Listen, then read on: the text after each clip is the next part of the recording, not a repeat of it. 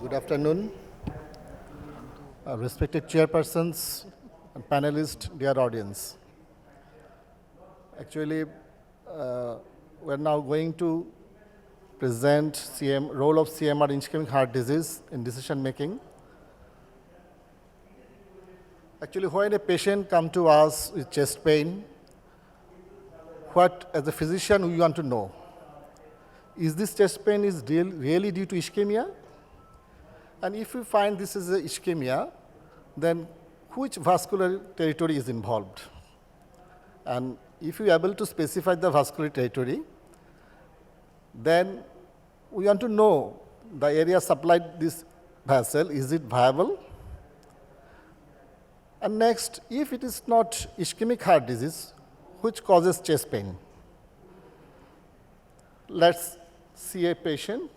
A 65-year-old female, hypertensive diabetes, present to us with chest pain on exertion, resting ECG normal, echo normal. If we put the data in Diamond-Forrester table, which shows the pre-test probability of obstructive coronary artery disease, and it is around 16% probability of obstructive coronary artery disease.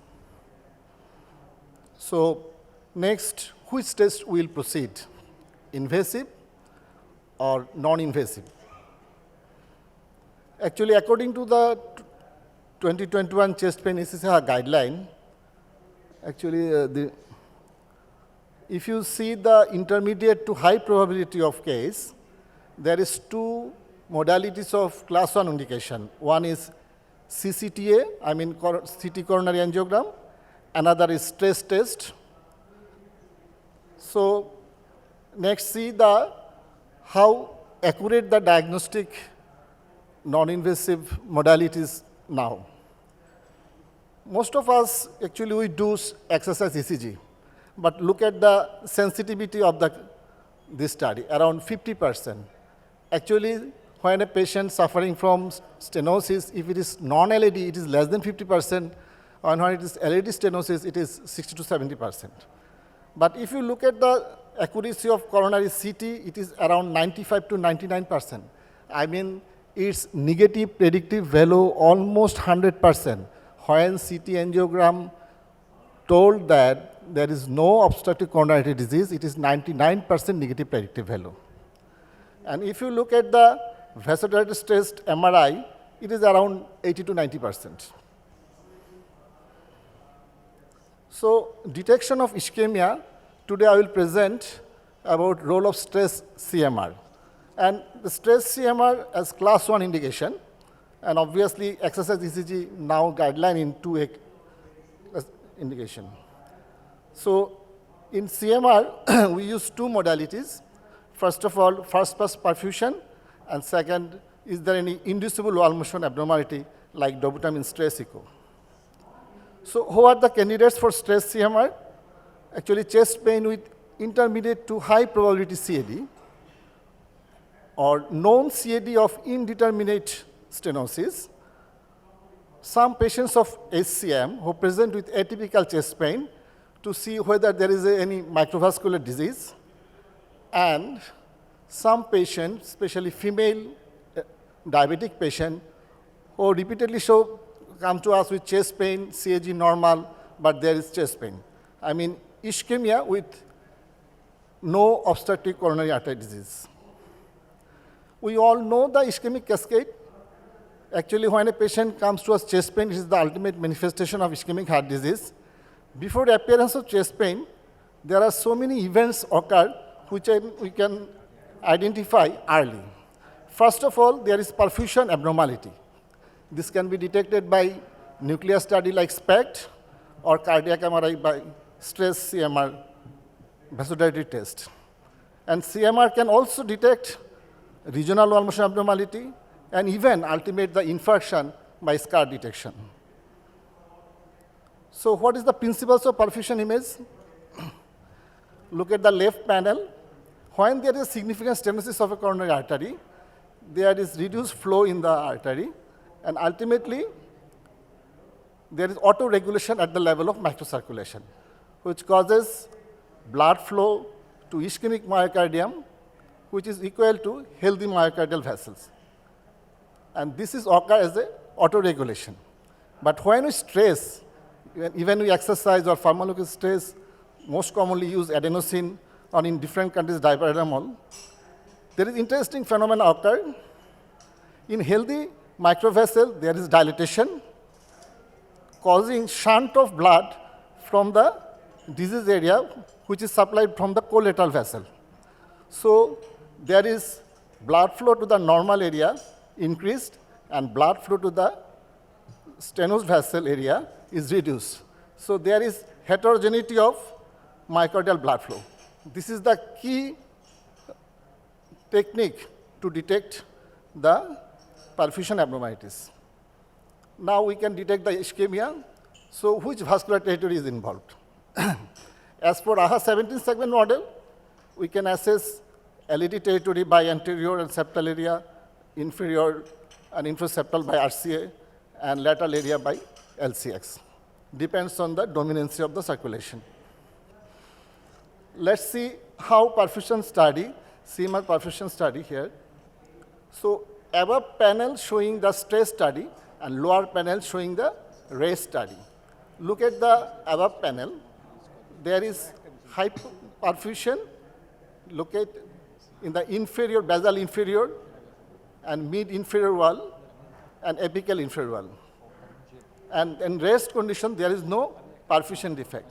So it is indicative of inferior ischemia as evidenced by the stress test. There is RCA territory ischemia. Another case showing the anterior wall, septum, and inferior wall showing the perfusion defect as evidenced by the black line. And in rest condition, there is no perfusion defect.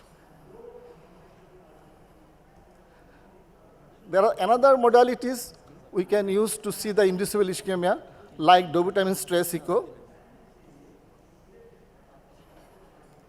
So stress perfusion MRI, we use 3 types of information: functional image, delayed enhancement image, and perfusion image.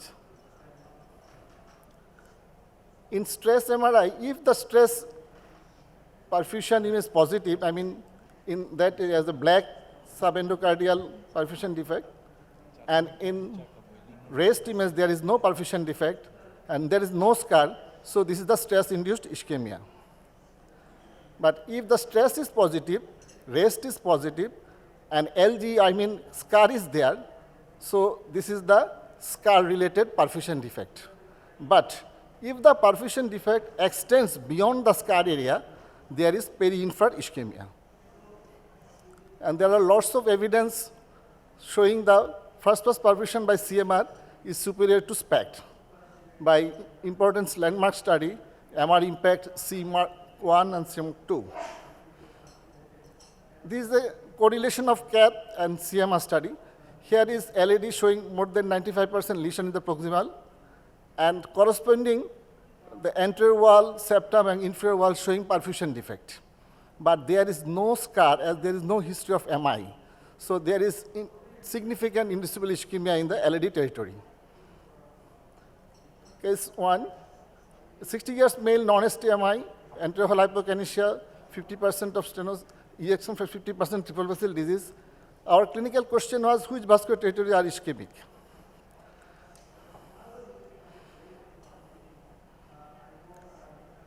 Above the functional image showing the no wall motion abnormality, but in lower panel LG showing there is scar in the subendocardial area. So this is the subendocardial infarct, but there is no wall motion abnormality. Perfusion study showing that basal lateral and mid anterior and inferior wall showing significant ischemia. So there is significant triple vessel disease. Another case, 60 years of male, triple vessel disease showing RCA 100%, LED 90%, LCX 60%, OM1 80%.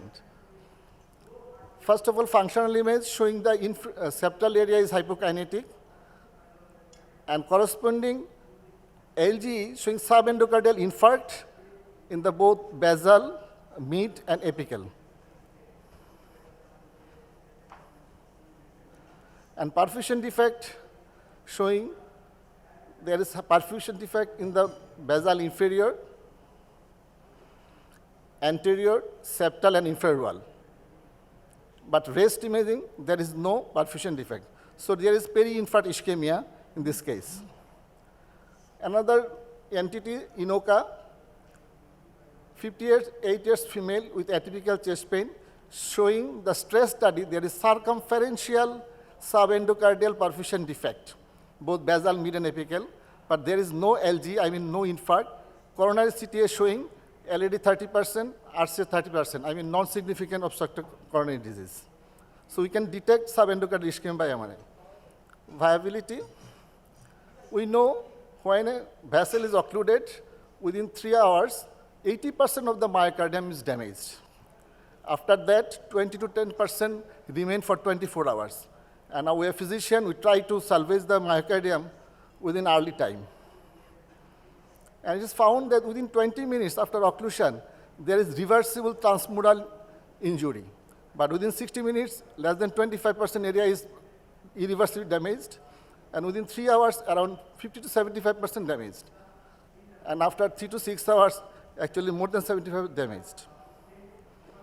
And it is found in different studies showing that if there is no infarct and there is LV dysfunction, there is chance of recovery about 80%, whether if there is transmural infarct more than 75%, there is little or no chance of recovery.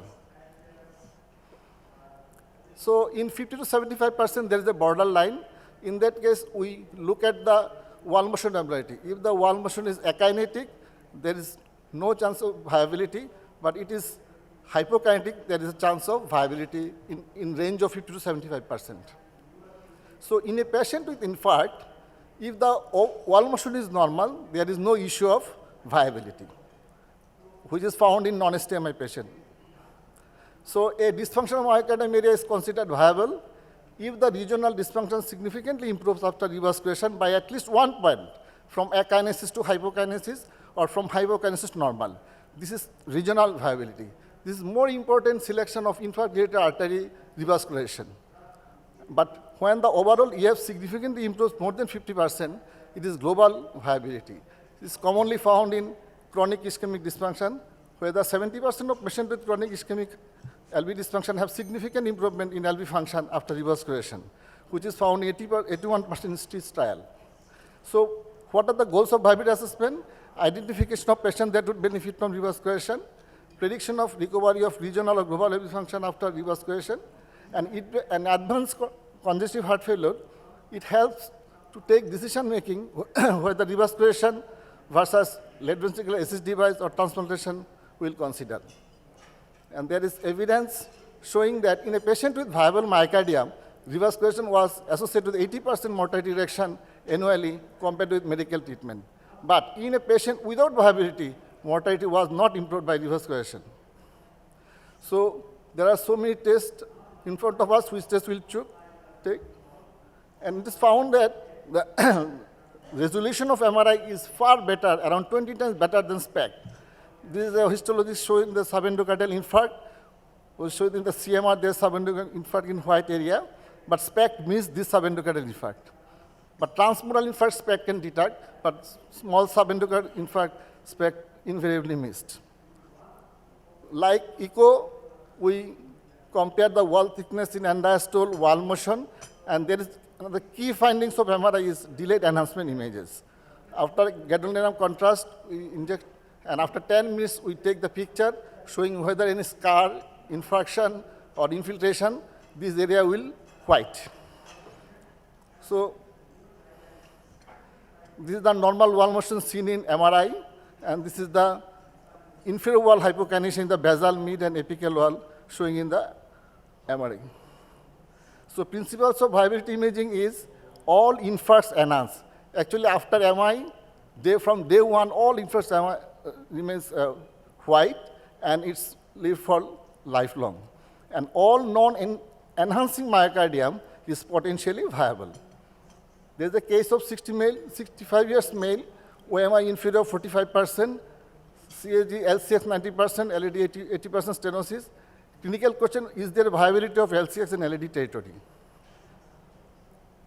These are two-chamber view like echo, and four-chamber view showing the inferior wall is hypokinetic. And this is short axis view showing inferior wall from basal, mid, and apical area is akinetic. And corresponding segment showing the white transmural thickness of the LCX territory. So whether the stenosis of the LCX, it is not viable. So this is another case showing global hypokinesia, but their wall thickness is preserved. And if you look at the wall motion, the whole global myocardium is hypokinetic, particularly anteroseptal, basal anterolateral wall is transmural thickness, infarction showing akinesia. And this case is triple vessel disease, and all the vessels are ischemic and producing hibernation. So in this case, revascularization is worthy. So strength of CMR is to detect the dead tissue imaging. LG is excellent for sensitivity and negative predictive value. And for contractile reserve imaging, it has excellent specificity and positive predictive value. Beyond viability, it also shown the thrombus, apical thrombus, and large aneurysm in the inferior wall. And there is microvascular occlusion in the inferior wall, which is the poor prognostic factor for revascularization, and also ischemic MR in the right lower panel. So take-home message, CMR is a comprehensive one-stop test, and not only detects the ischemia, it also gives the immense information about the viability, and other prognostic factors like LV volume, RV volume, ejection fraction, microvascular occlusion, even intramyocardial hemorrhage, thrombus, aneurysm, which are the prognostic factors we should consider for the decision making for planning of revascularization. Thank you for patience hearing.